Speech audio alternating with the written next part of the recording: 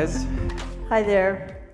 So we're going to give you a quick rundown. I know we only have 20 minutes, and then there's some time for question and answer, but just a little bit about ourselves. So Ange, why don't you start? So my name's Angela. I've worked for Anthropology, Coach, brands like that, mostly in VMSD. Since being at Petco, I've been a merchant. I've worked with visual merchandising, store design, and my current role is going to be with product development design for our own brand. So I'm shifting over a little bit, but we get to collaborate on this type of project. It's always a weird relationship when you're married and you work at the same place. So that's why we can't report into each other, or else I would be fired. I've been at Petco for 7 years. Before that, I was at Dick's Sporting Goods for about 10. Before that, I was at American Eagle, Foot Locker. We're originally from the East Coast. We live here in California now for 7 years. It's taken some time to get used to. And I hope you enjoy what we're going to present to you. It's a different take on pet. I think aside from our 2 kids, we've never created anything as beautiful as the store we're going to show you. And everything that we do, every single day in the office, it's basically for those 5 people that you see down at the bottom. I just lost one of them. I lost Theo, but Delilah, Jude, Theo, Benicio, and Tallulah are the 5 dogs that live in our home. And we're going to get into it real quick. So if you look at this page, this is our Union Square site. We originally were where the red X is. The green arrow is where the new site was, which is in Tammany Hall. It's a historic landmark. It's beautiful. And when you see the little heart on the bottom, when we lived in New York, that's where she had her apartment, and that's where she lived when we were dating. So I was very familiar with this park. I can't tell you how many countless hours we spent kind of dating and walking around that park. There's a farmer's market that's year-round. And if you look, there's always like corporate takeovers. There's adoption events, there's farmer's markets, there's a holiday craft show that's there. And it is the longest active farmer's market in New York City. So this park has like a special meaning just for New Yorkers in general, and then what green spaces mean in New York. And that on the right-hand side is Tammany Hall, which was a historic landmark where some of the Democratic Party and also some of the unionization that started in this country originated from. The site was left vacant for like 20 years because New York City and the owners couldn't agree on what to do with a historic landmark. So finally they agreed to just leave the facade alone. And what you see on the top, they built a glass dome on the very top of the building. And then the inside was basically a concrete slab with concrete columns when we got it. Ange?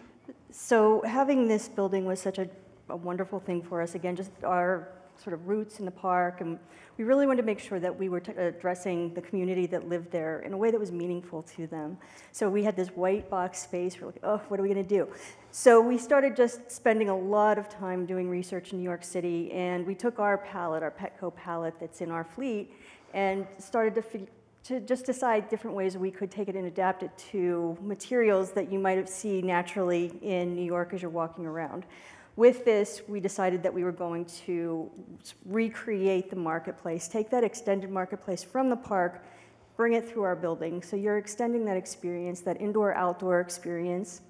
And then also the idea of a lot of little shops, because we had to fit our entire ecosystem into 2 floors.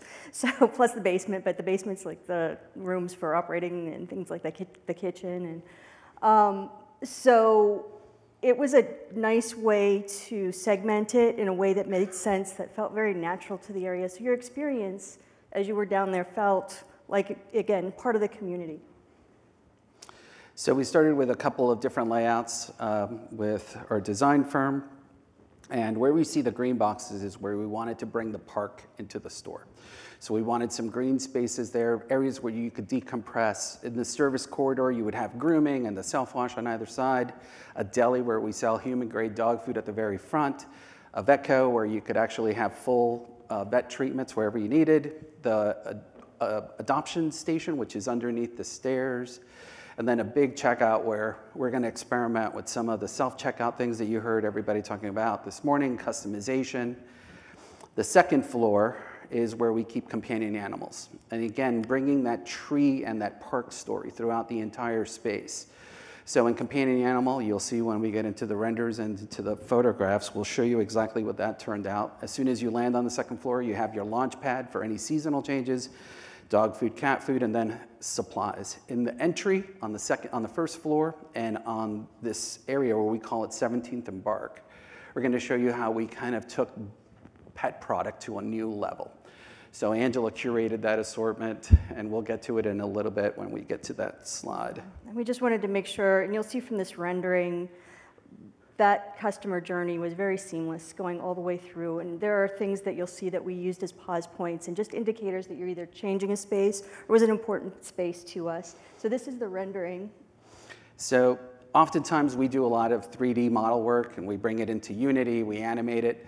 But here was one of the first times that we ever kind of did the initial design pass at it and then started layering all the components, the gilded signage, the barber shop, the check-in, the self-wash with the bubble lights, the tree canopies to create that park experience when you walk in, the registers, all the greenery, all the glass that you saw Angela give you in the inspiration. The cash register, the cat adoption made them look like apartments underneath the stairs, the photo booth, the Ready Shop that we've developed with a previous pop-up store in Soho. Then the Petco Total Care and what that's supposed to feel like from a clinical standpoint, also the opportunity to sell. The grand staircase illuminated all the way going up, and then what the second floor would look like with walking through the space, the tree canopy to kind of help convey companion animal. The food area where we had a hot dog cart, we had launch areas for brands. And then going into cat, and then seeing how each tree canopy was modified slightly. Going down the aisle towards the back of the space, or towards the front in this case, then what you would see for the dog toy shop when you walked in. Home was also done in a very different way than you've ever seen for pet, where you could actually see how it would fit in your living room. All the artwork that you see in the stores and the photography is meant to be more residential so that it's relaxing. Part of being in a park is the fact that you relax. And it's the first time, I think, in New York where I can remember where you might talk to a complete stranger just because they happen to be in the park or they have a dog. And I can't tell you that once we actually did it, and we opened it. Here's a little video of what that looks like. So you can see what the rendered looked like that we worked on for like 3 months, and then what it looks like in reality. In the heart of New York City, where over 1 million pets call home, the leader in pet health and wellness has designed a complete pet experience like you've never seen before. Housed in a beloved landmark location rich with history, Petco continues to push the pet care industry into the future. Shop an exclusive curated collection of premium pet goods at 17th and Bark, affectionately named after our flagship's cross streets. Create personalized outfits for your pet at the Ready Shop. You can even get their gear custom fit. Inside Ruff's Barker Shop, your pet can enjoy premium grooming services specifically tailored to their unique needs. Our full-service vet hospital provides quality care from wellness exams to vaccinations, dental care, dermatology, and even comprehensive life-saving surgeries. Stop by our indoor dog training park where our certified trainers practice positive reinforcement-based training methods. Treat your pet to human-grade pet meals, prepared by trained chefs and formulated by veterinarians in our state-of-the-art JFFD kitchen. Upstairs, you'll find even more high-quality nutrition that your pet will love, plus an expansive cat, aquatic, and small pet assortment, including home furnishings and toys.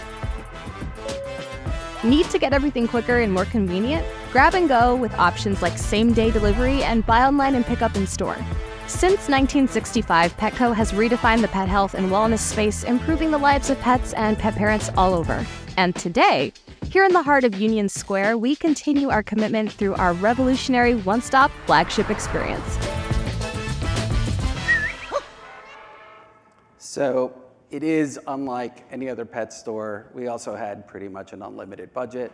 And our CEO basically told us, you know what, I don't care what any of these people tell you, I'm your only client. So having that open runway was really nice, because there wasn't a whole lot of, well, that piece, no, it was good. Just setting up the entry, this is like a 5,000 piece mosaic tile, marble, brass inlay.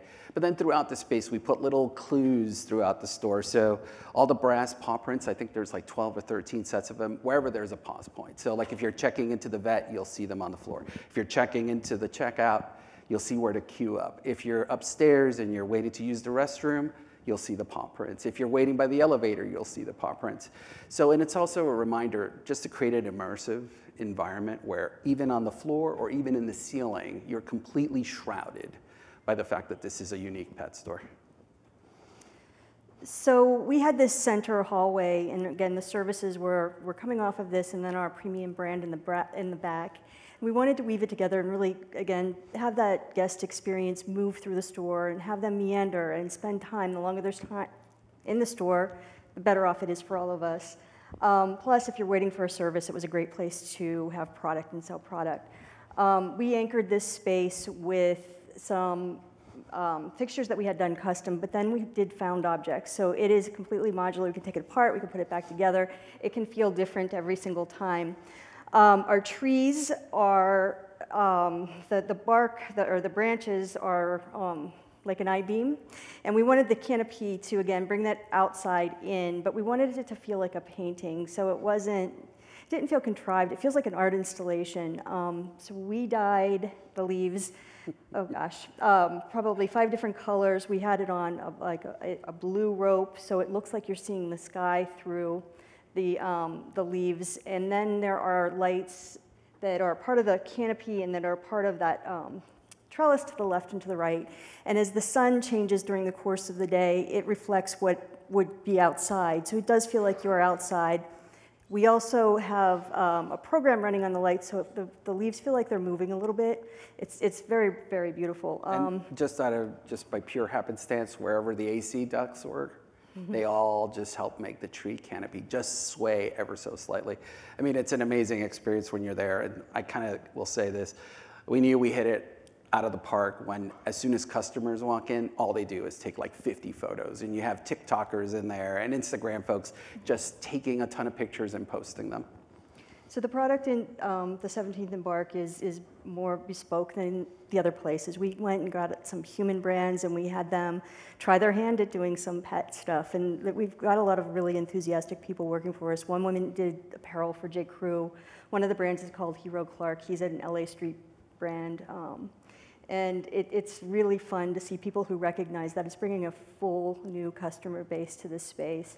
We're also doing human product. The humanization of pet has just been so strong for us. We learned that in our pop-up Ready, and we just pushed a little bit further here. This is one of my favorite fixtures. We did a whole diner of custom-made cookies, and the little wooden guy. You can go to the next slide. This thing it's just really fun, and it just turns a lot, and people love it, and they love to spoil their animals. This is at the bottom of the steps looking forward. And then inside the Petco Total Care, again, giving like the same human grade experience that you would imagine going to a dentist office or a doctor. Same thing by elevating all the finishes in the store, the lighting. Same thing inside of grooming and inside the self-wash, but also to create those opportunities, as some of the folks were talking about earlier, about having that connection with the people who work in the store. So here, as soon as your dog is done, they put it on the barber shop, you get texted a photo that your dog's ready. And then we keep those photos on file, like if you ever want to come in and say, what did they get the last time? But again, a different way of kind of connecting with our guests than we have in the past. And that experiential is part of the service too, so it's also nice. Yep. Just Food for Dogs, which is our human grade.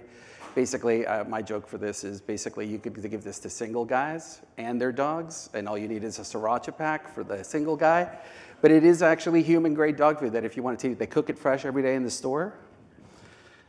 So Ready, this is a smaller version of the pop-up we had in Soho. And it is in the back of, it's anchoring the back of the store. This is our premium brand. The focus is on millennials. It's a different color palette. We are using a warmer brick, we're using cement,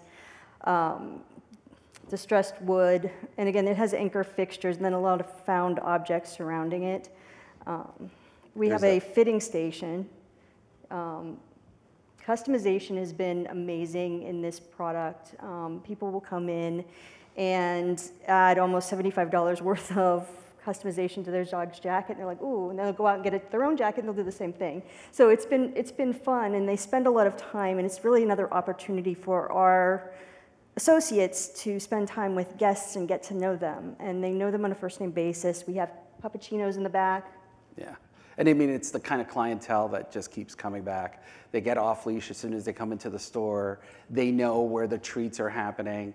And again, it's like almost like a dog bar in a certain way where you have your regulars that come in on a regular basis. So it's just been an amazing, amazing journey to get this store completed. Yeah, this pop-up, we really learned a lot from it. It was a good exercise. And then we have a dog training park that also can act as a double in case we ever need to do community events. If you want to start a 5K, you want to have a bug club. If you want to have somebody come in and do portraitures, we can do all of that using the park. And then when it's not in use for that, it's dog training. And again, all the little trees in the store all have nuances. So these have like positive reinforcement messages kind of buried into the leaves. So it's walk more, love more. Yeah. Inside the adoption center on the wall, that happens to be my dog's name on the wall right there where it says Delilah. But the day that you adopt your cat, there's a photo booth. You get a couple of free shots so you can remember that moment. Then all the rescued animals, we'll change these out as need be so you can see all the lives that were saved by our foundation. And then the grand staircase taking you upstairs, it's just one of those pieces where, again, we're having to tell people you cannot take your photo on the stairs. It is the amount of TikTokers that go there to just say, look, I'm like on a New York stage. It is unbelievable. Yeah, and every place you stand in the store, you're getting some registration of our logo or Rough and Muse, our cat and dog. Yeah. Which is something like if you go into a lot of our stores, it's usually just on the facade, and then inside, you forget where you are. So we wanted to fix that with this store concept. And I think we're working on like 6 different new concepts off of this store now to go into the single levels and to go into rollout. And then how many flagships do we need to have? So it's been just an amazing project. Second floor, kind of taking you through the canopies. Again, kind of carrying you through the store here. You get to see the lights kind of playing a little bit. Companion animal, which is kind of the hub of what a pet store should be. So we've never seen one that was done like this. In the ceiling canopy, you'll see the oversized toys that are from companion animal and parrots. Again, just a little hint inside the canopy of what's underneath it. There's just a detail. We also did something new here where we tried to do a customization station for your first tank. So you could go pick your gravel, pick your tank, pick your fish. Something that we've tried just to engage with children also because if you get a good customer experience with a child, you'll have a customer for life. I learned that at Dick's Sporting Goods. Yeah, and we're also learning a lot about product here. And the product ranges from a couple dollars, so the kid who has their new puppy and they have their allowance can come in and really get something that's satisfying to them. And we have $400, $500 cat trees that we've been able to sell in the space. And I think it's just, again, having that high-low and mashing these things up together and having a complete, addressing the customer in a really complete way. In this home area, we switched over to hard mannequins just because there's so many soft things. All the beds are soft, and just having that contrast was really nice. Walking out of the elevators, we wanted it to be a giant burst of color and feel like a toy store or a candy store that you would want to be in when you were a little kid. And it's just this beautiful bursts of color and, again, humanization, presenting in a way that you might be seeing in a toy store. Or Dylan's candy shop. Same thing, our CEO wanted to have a hot dog cart. He wanted the Sabrat's cart. I couldn't get that because logo infringement. So we made the most expensive quilted aluminum hot dog cart ever for all our treateries where you buy them by the pound. We found, and a couple of times I'll tell you, like your cell phone is listening to you. I was looking for somebody to do stencil art and to do all the gold leafing. And I swear to you, the next morning, the vendor that we selected showed up on my Instagram at the top of my feed. So that's kind of his work that you saw here and downstairs in grooming. We looked at a lot of cross-merchandising opportunities too, bringing toys into the consumable areas, and that's been really successful. So you're seeing a lot of vegetables that you would see out in the farmer's market, and we have a little plush bag, and people have just been filling it up and buying all of our toppers and treats from this table. The tree canopy in cat has the yarn balls to kind of denote that it's cat. We used a different type of logier here where we illuminated every single gondola so that it feels premium, it feels like cosmetics. And it is just a complete departure from where you know us in most of our pet stores. And then on the exterior, we have 3 bay windows. On the outside, this set of bay windows we used for the adoption event and our grand opening. So all of these portraits, we basically took them out, and then the day of the adoption event, if you adopted a cat, we would color it to match your cat and put the name on it. So now we have those back at the corporate office. Yeah, and that young woman is also doing product for us. She's the one that does the J. Crew sweaters, and then she does events as well. So again, just weaving all of these things together. I just wanted to thank our internal design teams, everybody on the VMSD, the marketing and merchandising team, our executive team, especially our CEO, who kind of let us run a little wild on this one.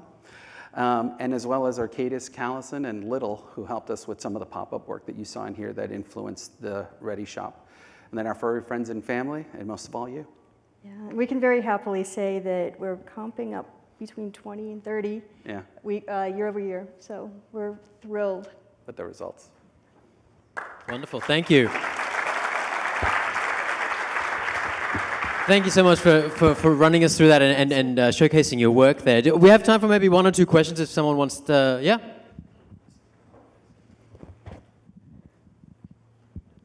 So you kind of touched on it, from the flagship store to the 1,500 stores you have across the country. What are you going to take out of it?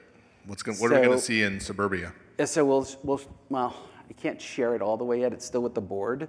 But it is, you'll see some of the service elements, the way we've dressed those, some of the space optimization work that we did with the New York store, because it is so confined. Once I had to add all the elevators, the staircases, we lost a ton of linear. So optimizing our assortment, making it more customized, as well as all the finishes and all the branding components that you saw in this store, you're gonna see a lot of that roll out. We've also, like I said to you, we are working on 5 or 6 concepts. We have a small town rural, we're doing a shop and shop with Lowe's. We have 2 FRE concepts that we're playing with that have different amounts of digital inside of them.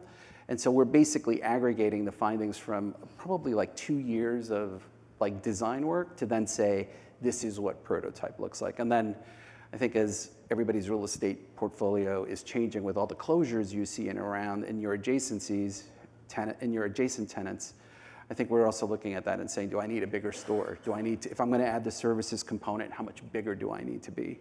And so we're kind of looking at that across the chain. And then just product, making sure that these product segments are very modular. So as they're doing this, we can say, with our segmentation, store A needs to have this, this, and this, because we believe based on insights that we can put these together and make something from it. So it's very scalable, but you're not going to get the whole theater, but that's part of what this is it's very New York specific. So, it might look different if we had it in LA. Yep. Time for one more. Oh. Okay, so I'm going to play the CFO here a little bit. So unlimited budget, that's words that always perk up my ears. But what are the average dollars per square foot in sales, above an average store, I would imagine, with a store like that, compared to the average dollars that you would spend per square foot on a normal store? Of course. I'm not gonna get into the specifics on the number, but when you're doing a flagship, I think it has a different purpose. It's not just purely dollars and cents. I think flagships serve a function where they're to get you the exposure, the brand notoriety, and also to kind of say, I'm playing in this game. So I would tell you that, from a productivity standpoint, these are producing about twice as much per square foot on sales. Of course, once you layer in the cost factor to build a flagship versus a typical strip mall store, it's not gonna pencil out the right way. But I think the media exposure that we're getting from this store, the fact that we're here presenting this to you, I hope kind of demonstrates at least how we could take pet to a different level than your average PetSmart or Petco that you've seen before. Great store, fabulous. Thank you. Thank you. And again, I think that also that the testing grounds, the insights we're getting that we got from Ready Soho were just invaluable, and they just informed so many things just cross country. And then you're going to see the same thing here. So my question is just obviously something of this scale and visibility. Can you just describe how you engaged your supplier and service provider partners? Because you got to get the buy-in from them, I would think, too. Oh my God, yeah. I think part of the earlier conversations they were having up here about what it means to have good customer service, I think that's critical here. I think a lot of retailers have gone mass and it's become transactional. It's just give me my membership, give me my reward points, and I'm done. I just want to transact and I want to get in and out quick. I think here, as Angela kind of mentioned earlier, it's like created an environment where you can actually have a discussion. And I think pets have also risen to basically human status. Like I want something specific and nuanced for my dog, my cat, my turtle, you name it, but it's unique. And they become individualized to the point where just transacting isn't enough for pet. And especially because of the fact that they can't speak, I think we also tend to overcompensate by wanting to tell you the story of my dog or my cat. And so it creates a different environment that I think is unique to retail. I've been doing this for like 25 years. And I thought, okay, I'm gonna go to Petco, this should be pretty simple. And I've never dealt with such a complex environment. It's not as hostile as some of the vendors we had to deal with when I was at Dick's, but it's different. It's just a much more complex retail ecosystem. And then once you factor in the difference between a groomer and a vet tech, and then just a normal salesperson or somebody who has to maintain all the habitats and care for like 50 different kind of species all in one roof, it's a lot. And so I will tell you, it's much more complicated than I ever thought it was going to be. Just one other side note on that is, as passionate as people are about their pets, the people that work for us in this space are so passionate about dogs. They know all their names. They go and give them hugs and kisses. They have Instagram accounts that they follow with them. So, you know, it's a lot to work in a pet store when you're, you know, dealing with all of these dogs and cats and people bringing in like just amazing things. So they are passionate in a way that, you know, when I worked at other companies, they might not have been as engaged. They have to be. Wonderful. Angela and Rick, thank you so much for sharing this. Thank you, guys.